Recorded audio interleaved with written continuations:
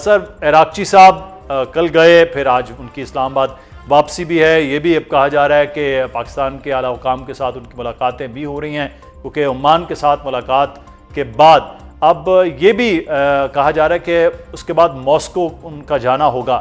ایک طرف ناکہ بندی، دوسری طرف ہارمز کا کنٹرول ایران کے پاس، لیکن ساتھ ہی ساتھ یہ جو سفارتی کوششیں ہیں، ہم اب اس کو کہہ سکتے ہیں کہ مذاکرات کی جو پکچر ہے ابھی باقی ہے. جی اجاز صاحب. جی بسم اللہ الرحمن الرحیم.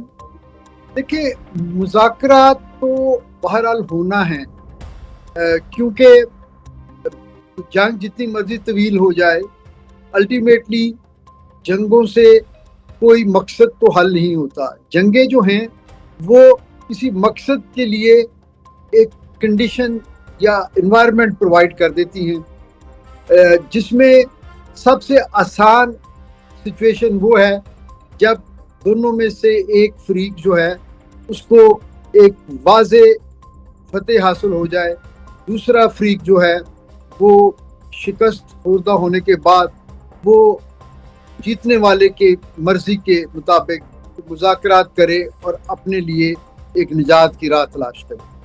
یہ تو اب سچویشن ہے نہیں. یہ ساری دنیا کو پتہ ہے کہ یہ جنگ امریکہ جیت نہیں سکا، اور ظاہر ہے ایران ہارا نہیں ہے. اور اگر ایران ہارا نہیں ہے تو اس کا مطلب یہ ہے کہ ایران اصل میں یہ جنگ جیتا ہوا ہے، کیونکہ دنیا کی تمام تر ملٹری مائٹ کے ہوتے ہوئے اسرائیل اور امریکہ جس جنگ کو ایک ویکینڈ وار یا 2-3 روز کی جنگ کہہ کے وہ جس جنگ میں انہوں نے اگریشن کی تھی، وہ اب ان کے گلے پڑ گئی ہے. اور تیسرے یا چوتھے ہفتے میں یہ جنگ ایک بند گلی میں داخل ہو گئی، اور پھر ہم نے دیکھا کہ اس میں ایک نیا سینٹر آف گریوٹی آ گیا جس کا جنگ کے مقصدیت سے شروع میں کوئی تعلق نہیں تھا. عمران علی صاحب، عراقچی صاحب کا دورہ پاکستان سے عمان، واپسی ان کی پاکستان، اور جو خبریں اب ہیں کہ وہ رشیا جائیں گے، تو یہ ایران کی طرف سے جو کوشش ہو رہی ہے، پہلے 3-4 دن پہلے یہ کہا جا رہا تھا کہ شاید ایران اب جو ہے اتنا سنجیدہ نہیں ہے. یہ جو سنجیدگی ہے، اس کے بعد آپ دیکھ رہے ہیں کہ اگلا مرحلہ واقعی مذاکرات کو کلوز کرنے کا، اس کی کامیابی کی طرف بڑھنے کا ہو سکتا ہے. جی بالکل ہو سکتا ہے. اس امر پہ توجہ دینے کی ضرورت ہے کہ وہ مسقط سے جا کے انہوں نے ٹیلی فون کال پہ صرف بات نہیں کی، وہ واپس آئے ہیں، پاکستانی حکام کے ساتھ بات کر رہے ہیں، ان کو بتا رہے ہیں کہ اب نئے ہرمز پہ کوئی جوائنٹ سٹانس عمان کا اور پاکستان کا، عمان اور ایران کا ممکن ہوا کہ نہیں ہوا.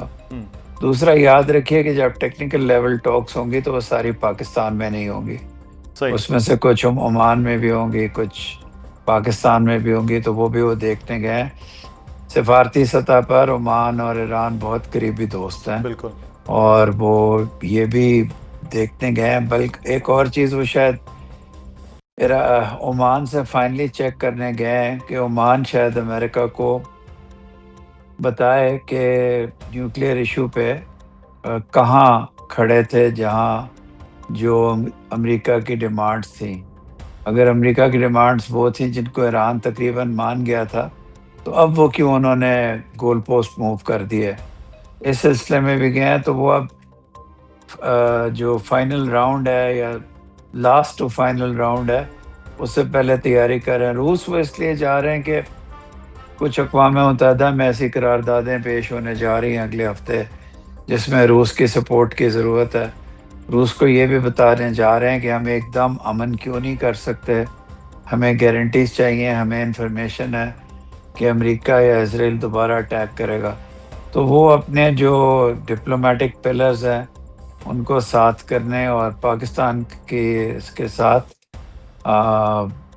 ایک مین آربیٹریٹر یا مین ایک فیسیلیٹیٹر، پاکستان تو بہت آگے جا چکا ہے، جی، تو ایک پارٹیسپینٹ کے طور پہ، کمیونیکیٹر کے طور پہ پاکستان سے چیزیں شیئر کر رہے ہیں.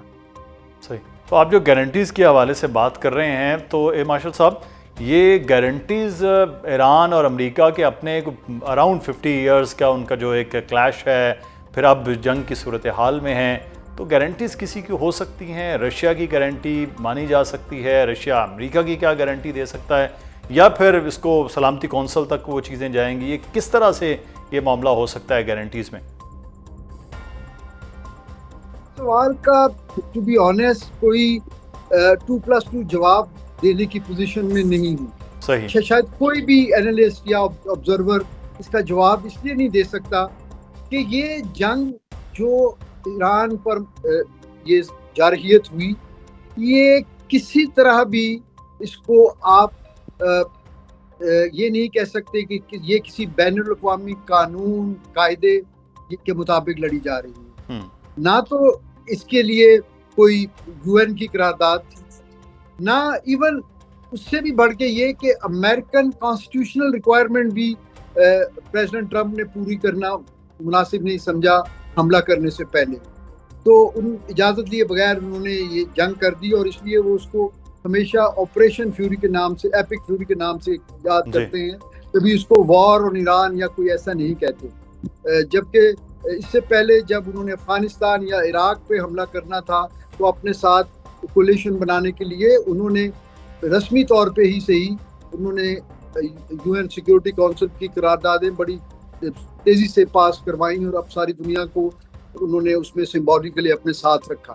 جبکہ اس معاملے میں تو ان کے اپنے الائز یورپین یونین، نیٹو، کوئی بھی ان کے ساتھ نہیں ہے.